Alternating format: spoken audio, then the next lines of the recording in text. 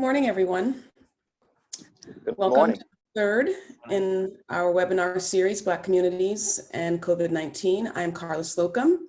I'm Director of the Institute of African American Research. I'm also Professor in Anthropology in the Department of Anthropology at UNC Chapel Hill. And I'm joined today by my co-host of this webinar, Mark Little, who's Executive Director of the Create Center at UNC Chapel Hill. Mark and I are also co-founders and co-chairs of Black Communities, a conference for collaboration. The conference, which took place in 2018 and 2019, was created to foster collaboration among Black communities and universities. This webinar series carries that mission forward by bringing in voices from Black communities and universities to explore both the impact of COVID-19 on Black communities and what people of African descent can do and are doing in the midst of this pandemic. So today our focus is on the arts. We'll be talking with three professionals who work in the arts about how their work with Black communities is impacted by COVID-19 and what the arts means to Black communities in this time. After we hear from these panelists, we'll take questions from you, the audience. And if you'd like to be able to participate, please enter any comments or questions into the Q&A function at the bottom of your screen. So let me start by introducing our panelists. First, we have Haitian-born Carl Philippe Juste, who is an award-winning photojournalist for the Miami Herald and founder of Iris Collective. His work has been exhibited in various prestigious institutions and galleries in Cuba, Dominican Republic, and the United States. Carl has worked on various documentary projects, including At the Crossroads, Afro-Cuban Orisha Arts in Miami, South American Musical Traditions in Miami, and Haitian Community Arts, Images by Iris Photo Collective. In 2016, he won a prestigious Knights Art Challenge grant to complete Havana, Haiti, Two Cultures, One Community, a book and exhibit of photographs and essays about Cubans and Haitians to prove once and for all that Haitians and Cubans have more in common than most people understand. We also have Janelle Logan, who's an independent curator and arts advocate dedicated to supporting artists, transforming communities, and creating accessible creative spaces. Jones is the founder of 300 Arts Project, an arts consulting company that supports community engagement, equity, and diversity in arts via training, strategic planning, and exhibitions. 300 Arts has partnered with a number of organizations, including Advent Co-working, which is in Charlotte, North Carolina, the North Carolina Black Arts Festival in Atlanta, Georgia, and the UTSA Institute of Texan Culture, San Antonio, Texas. These organizations she's worked with them to develop programs and exhibitions that serve creatives, neighborhoods, and museum goers from diverse backgrounds. And then we also have Sunny Kelly, who's a scholar, performer, storyteller, motivator, speaker, and comedian. Currently completing a PhD in communication at UNC Chapel Hill, Sunny's research focuses on seeking innovative and effective approaches to addressing the achievement gap between thriving and marginalized students and the school-to-prison pipeline. Sunny has also acted professionally on stage and television for over 20 years. He is currently performing an original one-man show called The Talk that grapples with the talks that parents of color must have with their children about surviving and thriving in a racialized America. So our format for this event today, for this webinar series, for this webinar today, is actually going to be divided in two different parts from now that we've done the introduction. First, for about the next half hour, I will be asking the panelists a variety of questions and moderating those questions among them. And then we will turn to the rest of the audience, to get their questions. And that's when Mark Little will actually take over and moderate those questions, that portion of the program.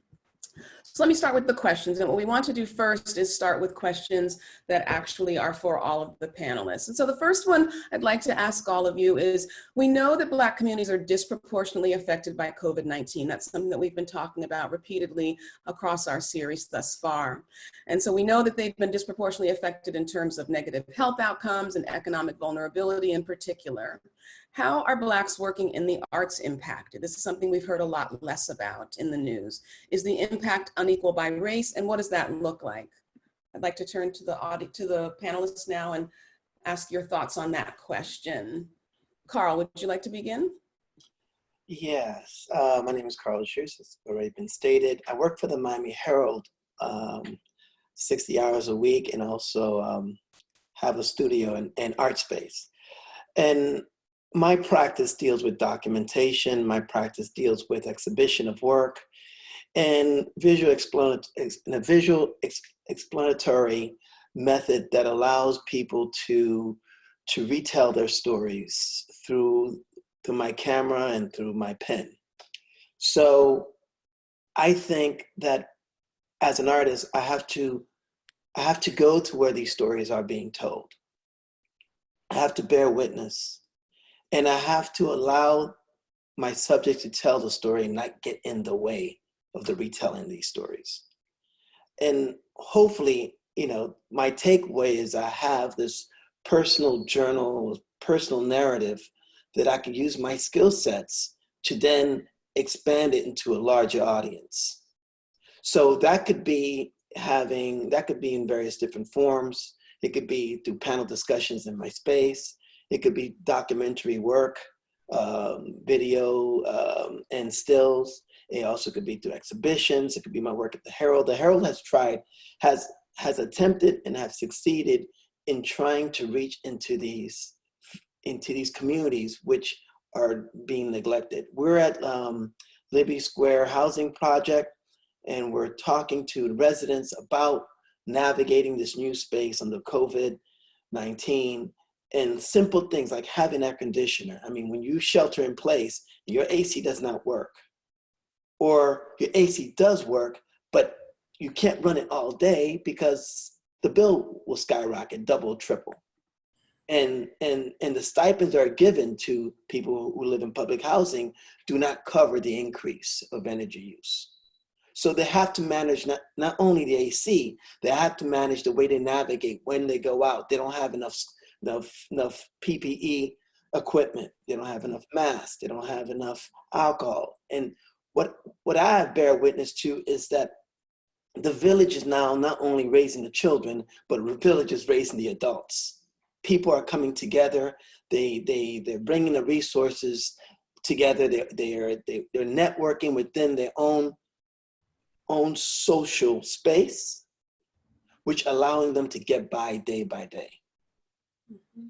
So my practice is finding those places where this is occurring and reinforcing the idea that people of color, no matter what pressure is being placed on them by the larger community, that we are resilient, that we're not victims. Mm-hmm. We're not just people waiting to be helped, that we are incorporating skills and coping mechanisms that would allow our own navigation to COVID-19. Now, as you do your work telling that story, how are you impacted? How is the work that you do impacted by this pandemic? Well, kind of work I do is close.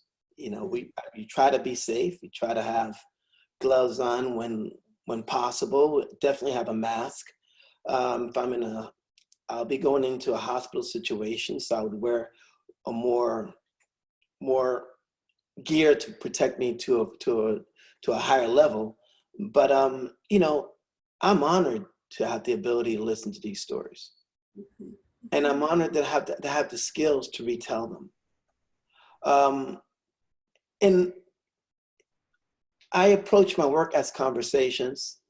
I don't approach my work in terms of I'm here to save you.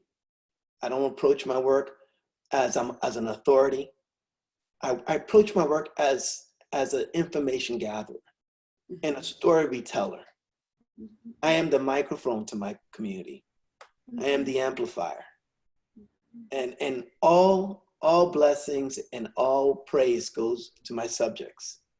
I carry the lesser the load, because once I leave, they still have to deal with these conditions. Mm-hmm. By the grace of God, I have resources. I'm still working as of now. And I have an employer who understands my skill sets and the value of those skill sets. They've given me freedom to tell the story in terms of my own voice and voices of others. And I think that's been very beneficial. Thank you. Janelle, would you like to jump in? Sure. So I kind of function in two capacities. As you talked about, I am an independent curator and do a lot of kind of consulting for museums, but then I also am the executive director for a nonprofit called the League of Creative Interventionists that support artists and communities. So I'm seeing a lot of things from like two different perspectives. You know, I think a lot of artists are really being affected by this, and I think it's a race issue, but then also an economics issue. You know, there are artists who are well established, who have capital, who are not as affected as other artists, emerging artists in particular. And I think emerging artists are really that target that are super affected by what's happening right now for a number of reasons. You know, sales are decreasing. So if you don't have a strong sales history or collector base, you're directly affected in terms of the income that you can have. This connection with the art world, relationships are critically important right now. And a lot of artists of color who do not have that kind of social capital in the art world are being disproportionately affected in comparison to others. Also, when we think about the economics of it all, when artists are using the money that they generate to support families, if your opportunities for exhibiting work, to have people collect your work are decreasing as they are, then it's not just the artist that is affected, but it's their family and then ultimately other members of the community. When we have conversations about community, we often exclude artists from that dialogue. And that's problematic because they are as affected as other people that are living around them in the spaces that we kind of look at. And so I think there's also this level of sensitivity and consideration that we need to have when we talk about communities, when we think about creative people. And unfortunately, you know, in the United States, the arts are still seen as secondary or entertainment, and there isn't the same level of support as we're seeing in some European countries, where artists intentionally are being supported by kind of government programs. And so I think that's kind of a summary of what's happening. You know, fewer sales, fewer opportunities to exhibit. You know, museums and galleries often function a year or two out. So if your show is postponed, it's not really postponed, it's canceled because they've already kind of built things out. So there's a lot of loss of opportunity and revenue.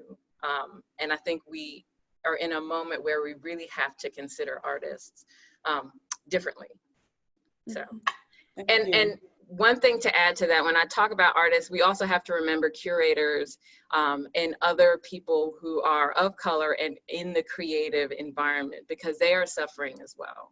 So just I'll stop there. Okay, thank you. And Sunny, you've been good enough to join us on the day you are moving. That's why we see you moving around the screen like that, but I'm so grateful you could be here. What are your thoughts on this question? You know, I am looking at it from two angles. One, as an artist in what is already a gig economy, we are the Uber gig participants, right?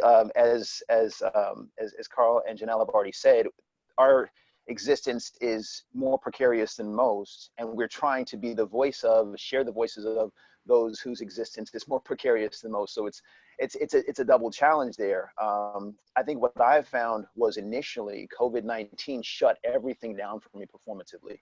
I have a show called The Talk, where it's not just a performance, but it is an entree into conversation about equity and inclusion and racial issues in America. And I found that it's actually a wonderful way to start community conversations. So I was just picking up momentum, just finished my PhD, defended my dissertation, was ready to jump into the world as a performer and a scholar. And literally I had gigs or performances from Boston, Massachusetts, down to Delaware. I was going to be in DC. I mean, I was like, big time. They're flying me out. They're paying me real money. I'm like, okay, this is what it's supposed to be. And so just when my career was about to begin, it's stopped. And much like Janelle said, much of the scheduling that happened to put me on to the docket for that year, especially if it was with a theater, it's just not going to happen again, at least not in the next year, because they've already planned out their next season.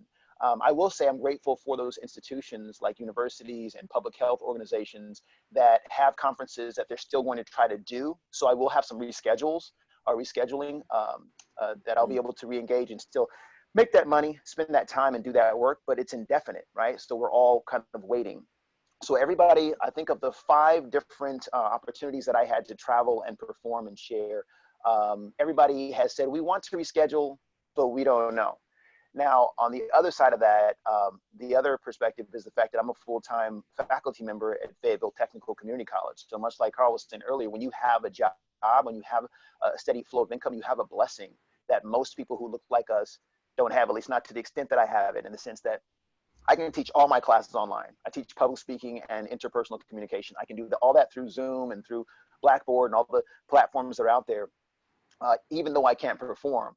But I will say I'm finding that connecting with youth, the work that I do with performing with youth, encouraging them, that has really been a challenge. I've found only one opportunity since this to carry on with that work.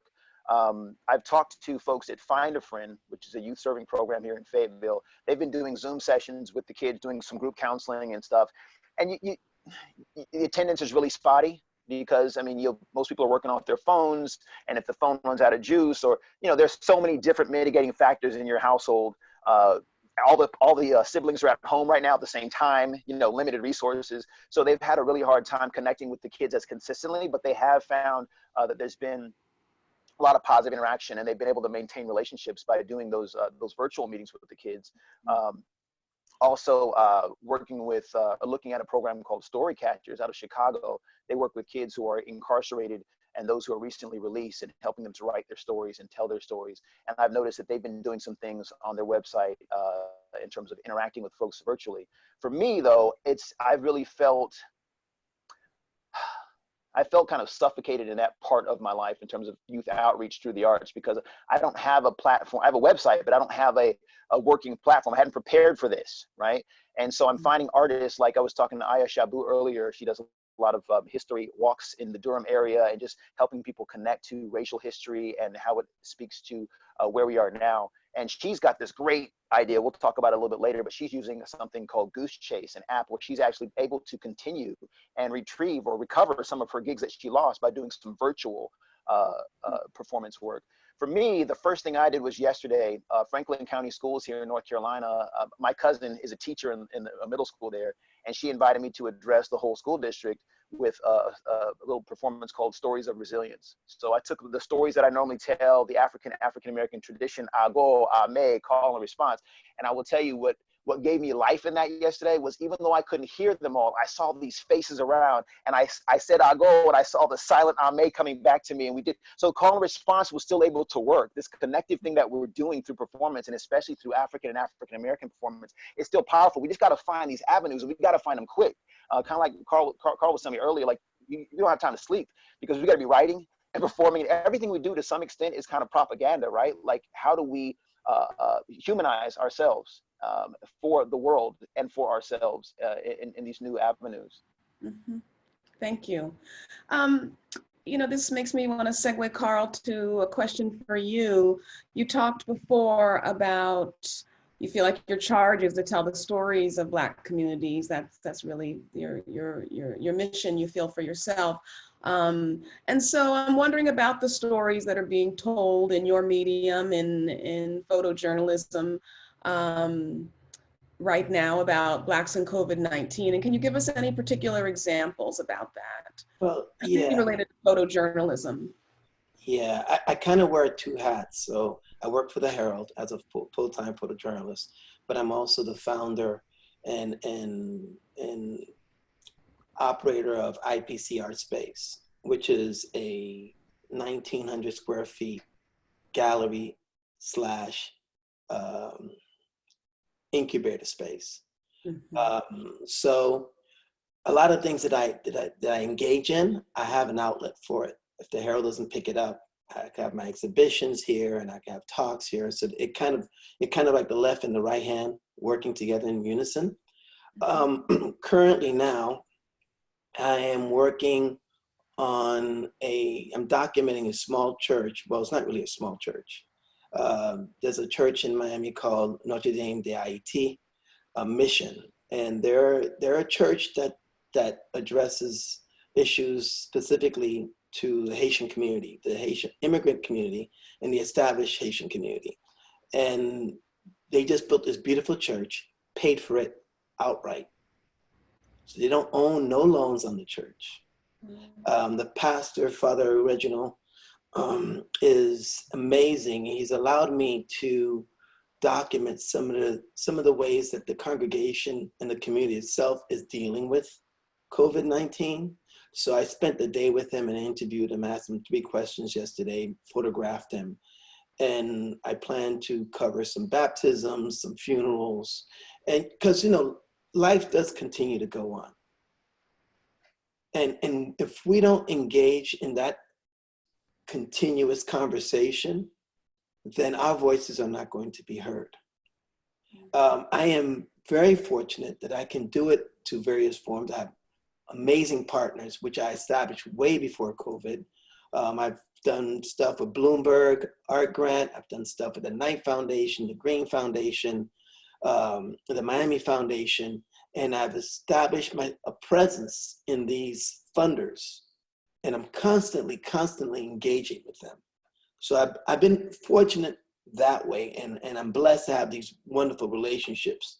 But that can only occur, like Sonny says, if we are constantly vigilant. Mm-hmm. We cannot afford to sleep. Sleep is the cousin of death. Period. We cannot afford to sleep because there's so much leverage that we need to engage with. There's so much conversations that we need to put our ears to the walls and listen to. And every one of us sitting here on this panel, I'm sure you could agree, I can't let anything pass by. Opportunities, windows, doors, cracks, everything has an opening. I'm going to go through it at any means necessary because I owe it to the traditions of the Black diaspora experience. I owe it to them. So I've invested a lot of money in the space. So it allows me to have panel discussions. Allowed me to have readings in the space. We look at documentaries. I've partnered with Third Horizon, which is an independent film documentary organization. I've partnered with the Miami Foundation, with the Miami Book Fair, to get Creole speaking authors in here. I've also partnered with Breakthrough, getting kids of color, all kids, engaged in the arts. And yes, it's a lot. And I've been fortunate. I applied for the grants. Some of them I've gotten, some of them I've not. But I think I'm gonna be okay as soon as these letters come in and these monies and these funds are put into my account. I think I could be okay, but I cannot rest because though I am in front, it is my obligation to pull those who are following behind me. That is my obligation. And they are reliant on my blessings to help them transform their lives. So if it be artists, if it be residents of Miami, that's what I'm trying to engage in now. So I have 2 projects, one that's international and one that's very local. I have Imagine Visions of Hope, which I'm soliciting images of hope from photojournalists from around the world who covered Bosnia war, who covered personal tragedies, and to produce this composite of images that remind us that we can get through. Mm-hmm. We as people of color must make our story their story. Period. I mean, I think that's what Mandela did perfectly. He took a condition that was bared mostly by people of color and made it global. And we, as difficult it can be, I think on the global level, Imagine Visions of Hope has done that. And I've also done Exile at Home, which are portraits of people who are sheltering in place, and they have the possibility of giving a single image, or writing something, or videotaping their experiences. So as you can see, I'm busy and I'm also a curator. So it's no time to sleep. Yeah.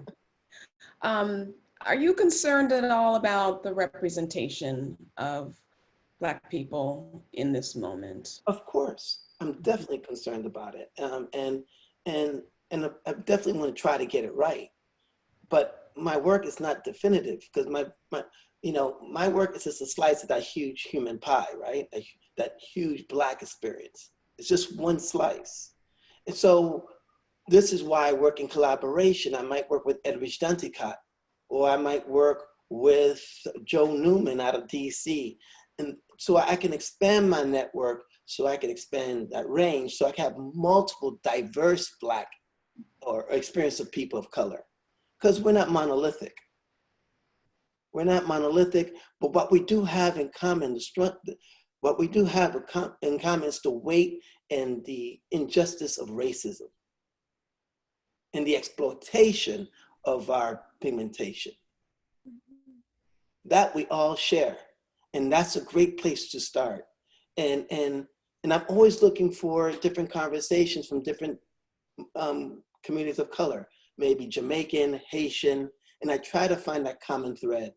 And having these exhibitions, allowing Haitian photographers, Jamaican photographers, African-American photographers, European photographers engage in a conversation, a visual conversation, I think dispels a lot of some of the myths. This Saturday, this gentleman from Copenhagen wants to sit down and talk to me and speak about race because he feels the guilt of being white. And I'm preparing that conversation to him. So I think, yeah, I think that my work reflects just whatever's in front of me, whatever I engage with. And I hope, moreover, that it's truthful. It's truthful in the retelling of other people's stories. Right. Janelle, Carlos talked about writing a bunch of grants, and I wonder what it's like to be for artists who are dependent on grants for the kind of work they do. Do you have any sense of how that's going now in this particular moment? Yeah, I think grants are a blessing, but then also they can be a challenge or a curse. Right now, there has been a shift kind of in grants that are available. And when we think about it, it kind of makes sense, right? Because a lot of our communities or a lot of funders are attempting to mitigate some of the real issues that are a result of staying at home, loss of employment, and even the disparities that we're seeing medically in Black and Brown communities as compared to others. So what a number of funders have done is to kind of change their funding to immediately address those concerns. The challenge is that in that switch, they're often defunding or pausing on giving money to arts-based and culturally based organizations and artists. And so funds that some nonprofits who are arts related expected to receive in the next fiscal year, they're receiving notification that those dollars have been reallocated, and so their timeline is directly pushed back. And we know for Black arts organizations, funding is frequently an issue. We've seen historically, museums and other arts organizations fold or almost kind of go out of business, so to speak, because of lack of funding. So that's a real challenge. Artists who have relied on funding, again, like cultural organizations, are seeing some of those dollars switch. But what is, I think, really kind of a good moment, and this increase in awareness is kind of being seen, is that like local arts councils, grassroots organizations, colleges and universities who see a gap are filling in those spaces. Now, the dollar amounts are not as large as you would likely receive from other funders, but they are out there. And so, what I encourage people to do is to really look for some of those funds, because they are there. They range from $200. I was looking at some of them. Some of them are like $200, like immediate, like you need to pay your light bill. And that's a reality. Some are to cover medical expenses. Others are to actually supplement shows that you no longer have. So they're kind of issuing between $3,000 and $5,000 as a loss of revenue for a show, or a curator who no longer has the opportunity to do a show. So those resources are there. The challenge is, I think, people need to look them up. And the reality is, artists across the country are out of work, so to speak.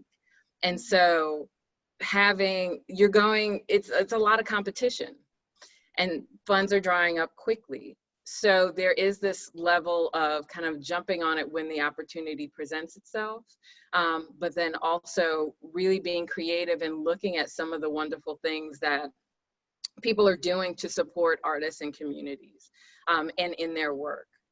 The other thing outside of grants that I think is really important to talk about, especially with emerging Black artists, is the idea that this is kind of like an interesting moment where if you're a contractor or an independent business person, you could actually qualify for unemployment in some of the other government programs.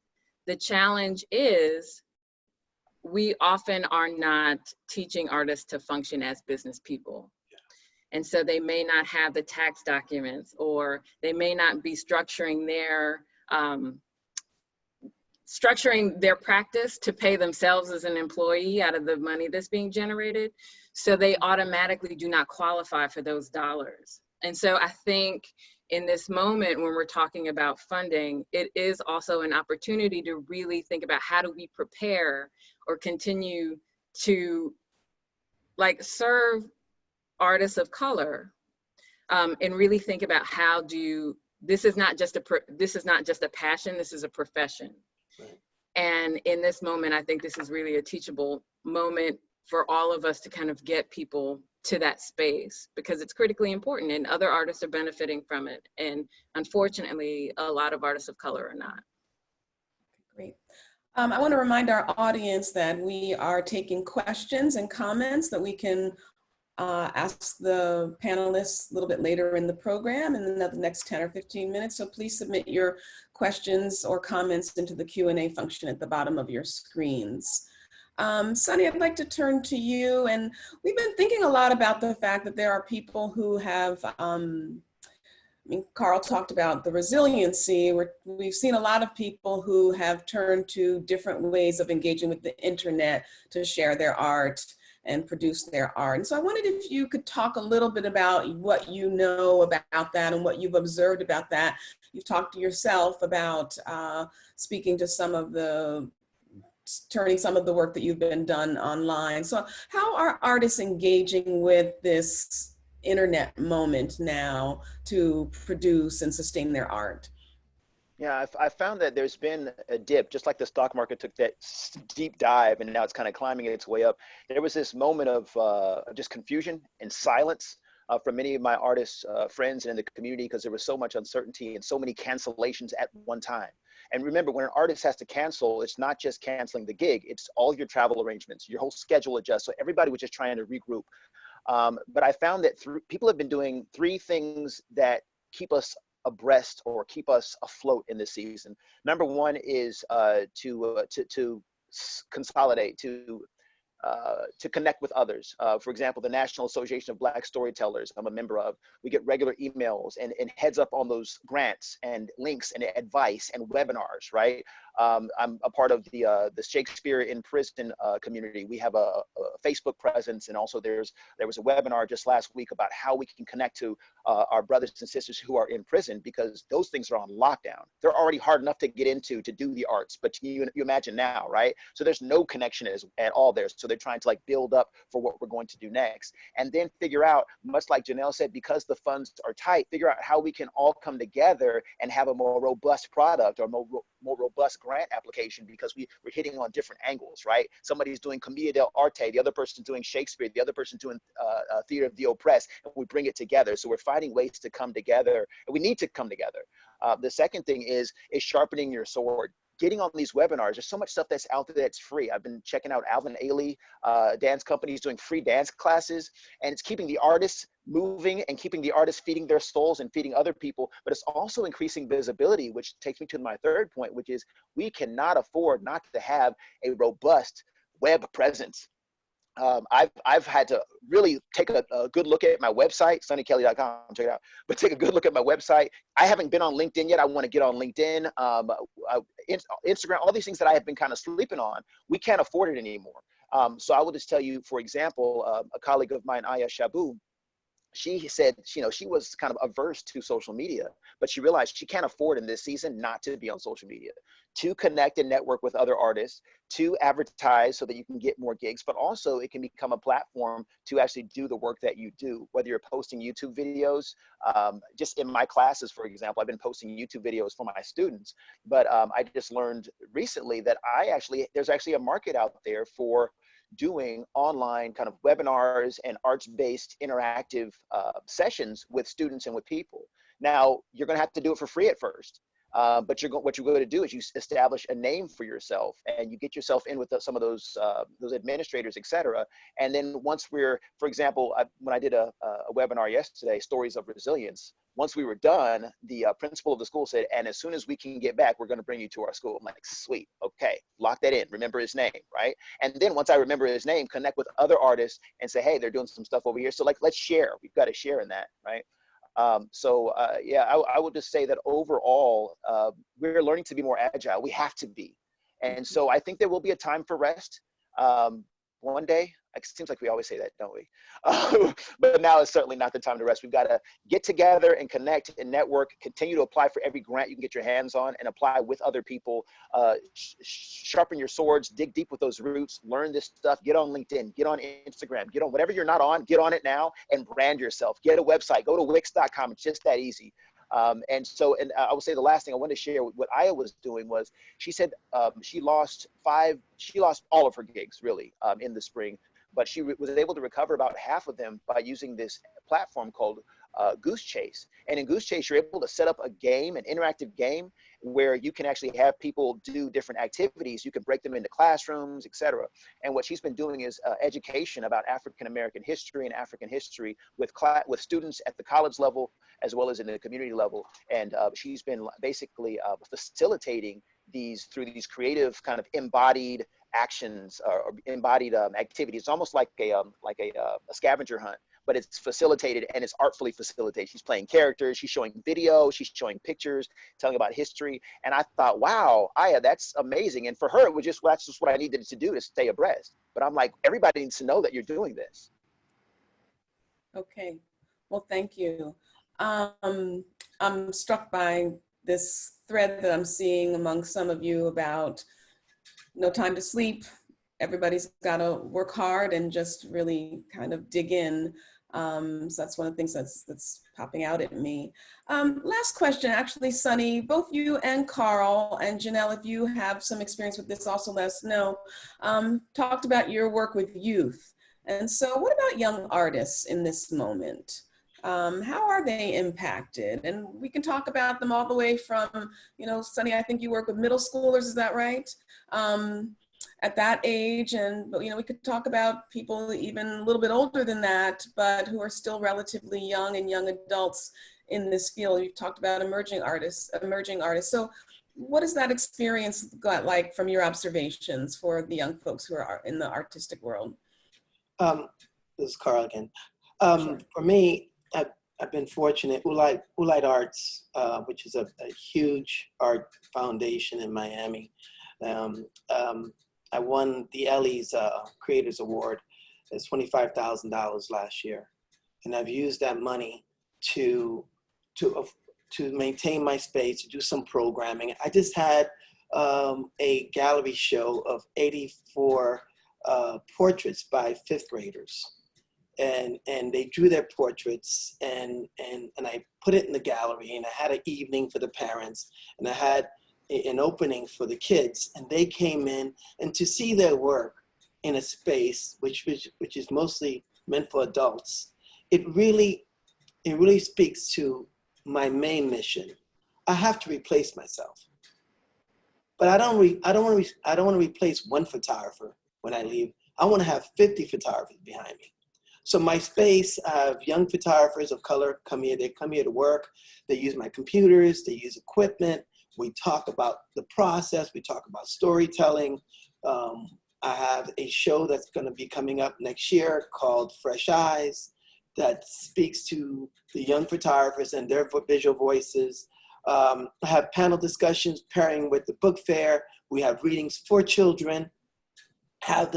We hope to have them read and write and to engage in conversations about the work.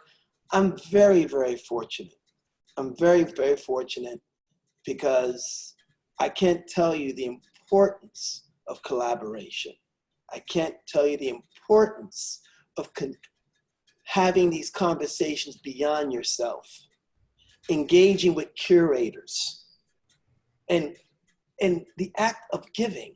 Like I have artists coming here, they don't have a place to stay in Miami. They stay in my apartment for free, as long as they need to.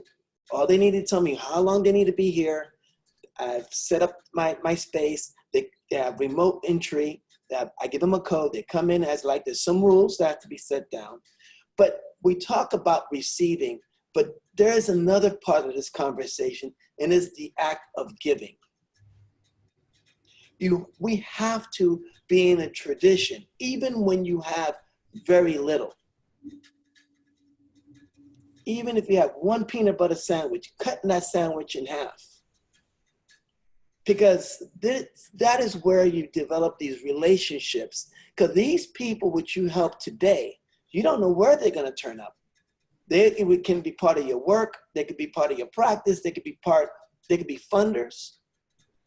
So it's really important to engage as early as possible, not only in terms of age, but in terms of practice. You know, I have 6-year-olds taking classes at my space and really trying to engage with them, get them comfortable to seeing art not as an extracurricular activity, but art as a sense of expression. Art should be as natural and as scheduled as brushing your teeth, as breathing, as walking, as talking. We have to make that as the tenet of our practice. There's nothing extracurricular here. Art is the exercise of the mind and the heart. Thank you. We want to be able to include the audience questions. So I think we're going to shift to that in the interest of time, and I'll hand it over to Mark. Great. Thanks again, everybody, for joining us. It's been really engaging conversation. I just had one follow-up. I know, Sunny, you talked a little bit about some different platforms and ways that others are sharing their work virtually, and I wanted to maybe pose that to Janelle as well. Maybe if you could talk about what platforms you're using to share your work, or that you've seen other people sharing their work virtually, and are there ways that you or others have been able to generate new audiences or even sources of revenue during this time? I guess I can go first. So, especially with the League of Creative Interventionists, a lot of our work is community-based and engagement-based. So we instantly had to rethink how we were engaging with people. We're using a lot of our social media platforms, especially because people that we want to access are already used to using those formats. So we use a lot of Facebook Live, we go on Instagram Live. We have upgraded our Zoom account because that allows us to do a lot of conversations and to reach people, and it actually allows you to stream to those platforms. But we also have really built out, and I think Sunny talked about this a little bit, like our website. So there were sections that we planned on upgrading in about a year, and the current kind of COVID situation required us to do that immediately, and to really think about how people are looking at it, create more interactive or spaces where people could download information and to create at home. but then also really thinking about what are the links that are being created? How are we supporting our partners on our website? How are we kind of telling the story? And I think this is really a moment where telling your story is critically important. And so work that we planned on phasing out over a year, we've actually implemented a fair amount of it in 2 months, which feels kind of crazy. And we're also maximizing off of people's grace, right? Because people are very generous with their, what's the right word? With their criticism at the moment, right? Because we all know that we are all trying to figure this out together. And so we really kind of embrace that energy and are honest. We're figuring this out. We're doing this to work with all of our community, and we thank you for your grace in this moment, and things will be adjusted as necessary. I want to add to that, that grace and that generosity are crucial. Well, first, let me say Mike S. Williams with the Black on Black Project is doing a great thing with his website. He's doing these counter conversations, and he's having conversations with local artists throughout North Carolina, and he posts the conversation up, and it's just an interview that he has with them, kind of a way to encourage us and keep the conversation going. Find some people you might want to collaborate with in the future. So the Black on Black Project, great way to start that work.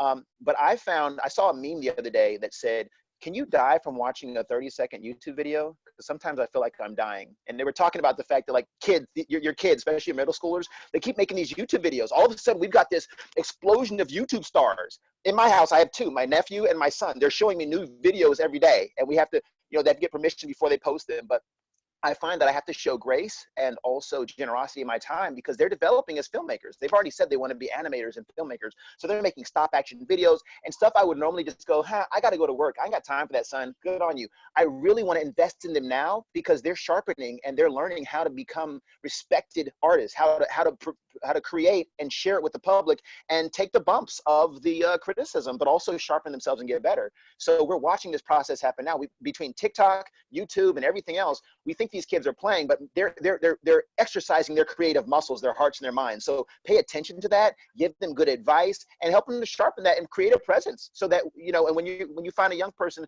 who has a YouTube site, go ahead and like it and start following them. That's part of our work. Part of our work is to continue to train them as they come up. They're not playing. They're playing, but they're playing seriously, right? Maybe another kind of related question to that, and this comes in from a participant. What can people do, and I'm assuming people who aren't artists, to support artists during this time, and how can we make art available? So other than sunnykelly.com, what are ways that people can support artists directly? There are various fundraisers, local fundraisers. Diaspora Revive Art Incubator in Miami, and actually they're reaching not only Miami, throughout the Caribbean, Latin America. They're doing from farmers to studios, bringing food to artists who don't have access to fresh and to healthy food, and you give $25, and that gets a box of food to an artist. There's various ways, and people think of art that you have to spend thousands of dollars. No, me as an artist, I bring things down to scale. There's things, I sell postcards, I sell classes. I also engage in bartering. I think the most important thing is to be engaged and use the various art expressions as a way to develop a routine and having art part of your normal life. And we cannot afford to wait for this to happen. So currently, again, collaborations, talking to artists, picking up a phone, talking to my clients who have not heard from a while, calling up and checking up on them. And then, the question always comes, hey, Carl, what you working on now? So now I have a nice entry point to a funder. I don't have to go and send a formal letter. I could just say, hey, I'm working on Exiles at Home. Oh, tell me more about it. I think we have to try to engage in multiple levels, in multiple facets, either through purchasing, to conversation, to social media platforms. But continue to be part of your art community and ecosystem. I think that's be the most important thing that I could say. And not let COVID, not let COVID scare you from engaging. Find ways that you can engage based on your own safe method or methodology. Find a place and define that, and then and share it. I would actually add to that and say, one, there are a lot of young emerging artists who have super affordable work, and there's nothing like, buying, if you have the bandwidth to spend $100 to buy a piece, because that $100 could make a difference for someone. I think also, and this really speaks to, and I've really thought about this, working with artists who are like, had an upcoming exhibition, or a photographer that you were planning to work with, and now because of social distancing you can't. If you have the capacity to give them their down payment, or to like give half of the fee and say you'll get, work out an agreement that you'll get the other half when you're done, that really makes a difference, because those little dollars really make a difference for people. And on a broader scale, I think if you work for an arts institution and you had a contract with an artist to do a talk or to do an exhibition, to one, try, if your organization can, right, give them the honorarium, give them that honorarium, because it makes a big difference. And then to see creatively, how can you still do the work? So can you shift their talk that was happening in the gallery to an online presentation? Can you do an exhibition online? Can you pay them to take over your Instagram and like to do an amazing spread for a week? So really thinking about, before we take dollars away, how can we still live up to our agreements? Because that in the long run will have an incredible impact on the artist. But then also, I think for you, when you have other artists looking at organizations and you're like, that's the one that really made the difference, that's the one that truly supports artists. And one quick follow. Okay. I was going to give a shout out. I'm sorry. The Orange County Community Remembrance Society in Chapel Hill, Carborough area, North Carolina, they commissioned me to write a play called "Haunted" about the lynching of Manly Macaulay as part of the collaboration with the EJI. Long story short, they, like you said, Janelle, they were gracious enough to actually give me half of my pay when COVID happened, because they knew how it was going to go down. And we don't know when I'm going to perform it, but I'm still writing and working on it. And I was just gracious to them. So I want to give a shout out. Folks are doing this, and it's very helpful. And another side note, I was able to give my barber a little extra because, I said I have a steady job. So I'm trying to find ways to pay people forward. So I gave them some extra to say, hey, I'll be back in a little bit, but for now I'm shaving myself, but here's some money. So let's find ways like that to kind of impose a wealth tax on ourselves. For those of us who are blessed to have a steady income, how can we just put some money into the pockets of artists and creators? And just to bounce on that, a lot of artists work in the service industry to kind of, balance out, to make it through the week and to be able to create. I go to my local restaurants and I tip them a little bit more heavier. I encourage them. I offer, hey, you want to come by, my space is big, come by for a drink. Here, you come sit here, have it to yourself. You need to watch a movie, come to my space, I'll leave you alone. And again, sharing the experience collectively. Because I think after we've been through all of this, I think it'll either build us up into a tighter community, not only in terms of the Black community, but the art community in general. And it will set precedents to how we move forward, how we develop protocols that gets us through times like this. Yeah.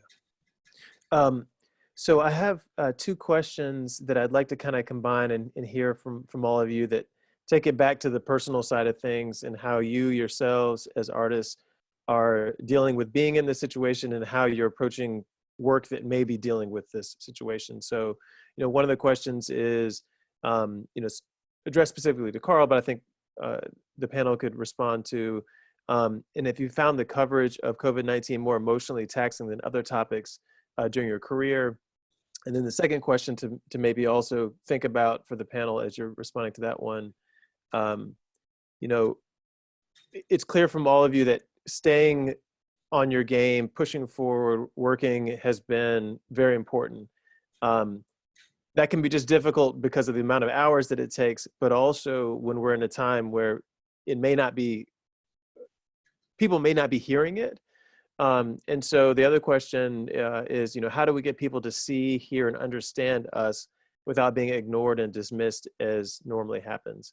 So if is a closeout, if all of you could kind of think about and respond to those questions. Well, I work as a photojournalist, so I've covered wars, earthquakes, probably some of the worst human conditions. And, and being of photojournalist of color, African-American via Haiti, I'm always the first person that's in the hood.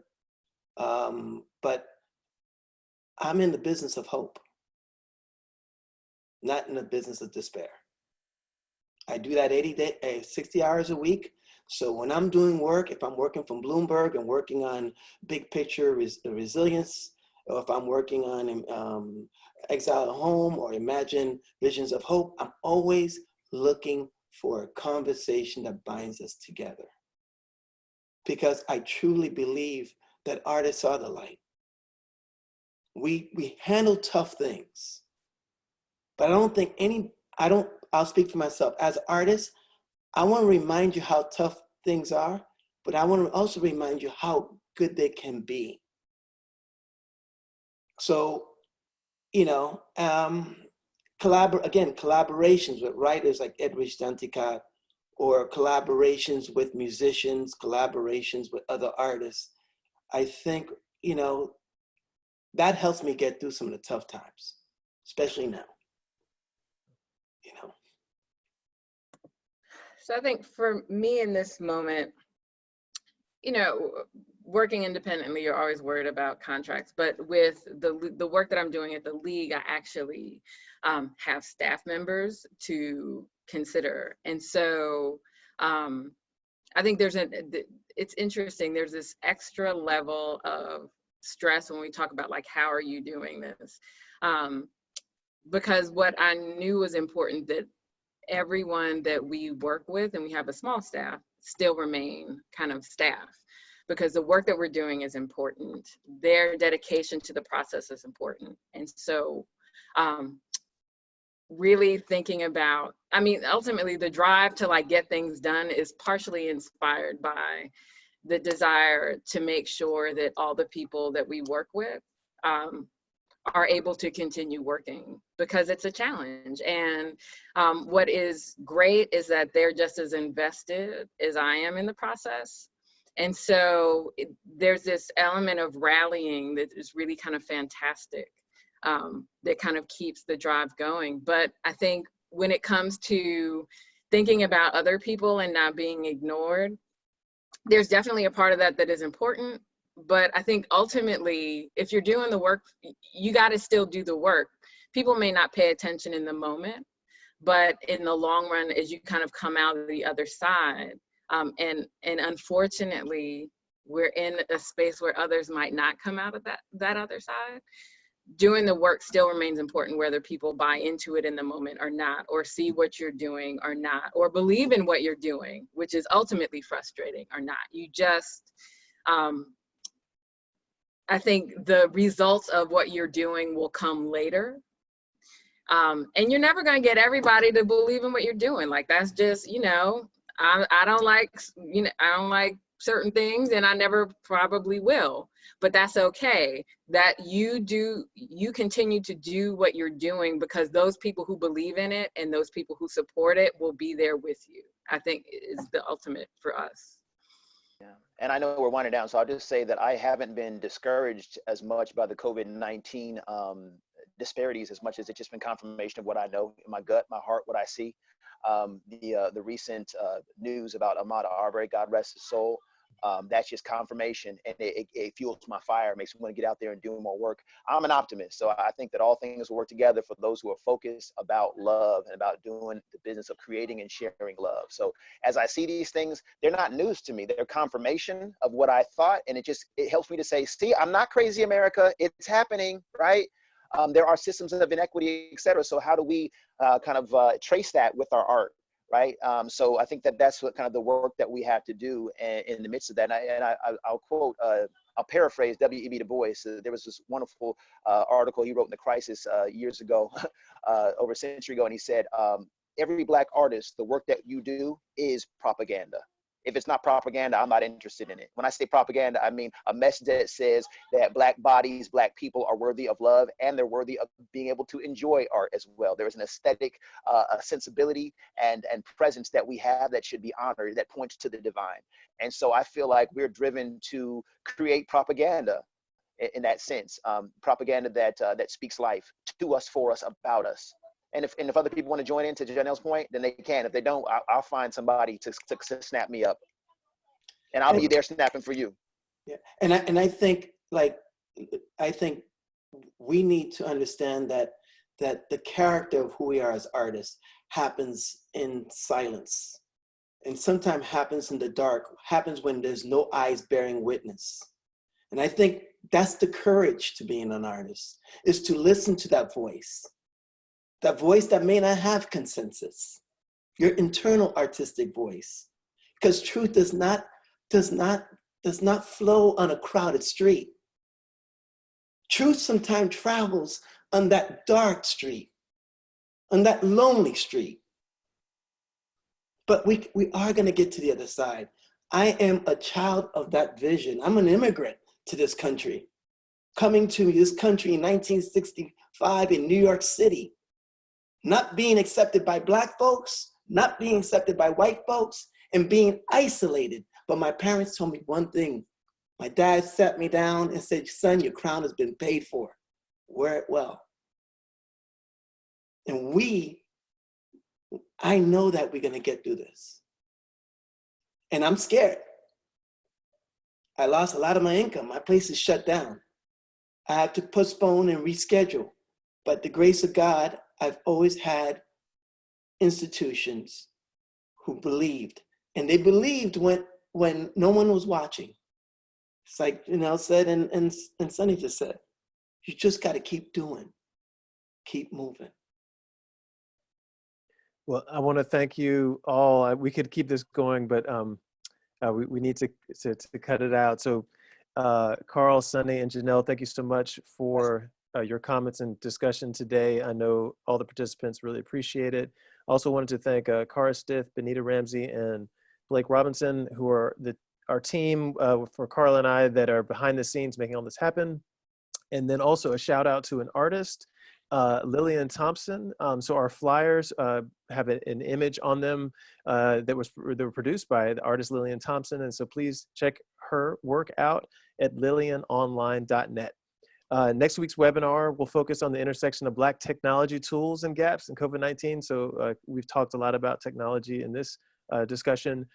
We will have Kamala Hayward-Rotimi, a cultural anthropologist with a focus on African diaspora communities' access to and creation of digital knowledge. We'll have Lauren Rue, a professor at University of Maryland School of Business, who uses empirical and economic metrics to explore the economic and social implications of technology. We'll have Saeed Ahmadi Olonbadi, an expert in augmented reality and virtual reality at NC State, as well as Daryl Gaston, who is president of Charlotte's Druid Hills Neighborhood Association, who has a focus on homelessness, affordable housing, and empowering underserved, and has a partnership around technology. If there are other topics that you think we should explore, please let us know. You can reach us by email at blackcommunities@unc.edu, on Twitter and Instagram at Black Communities, that's BLK Communities, as well as on Facebook at Black Communities, a conference for collaboration. So again, to our panel, thank you so much. This has been inspiring, and we hope to catch up with you on all these various platforms and see your work as you develop it. Thank you. Thank you.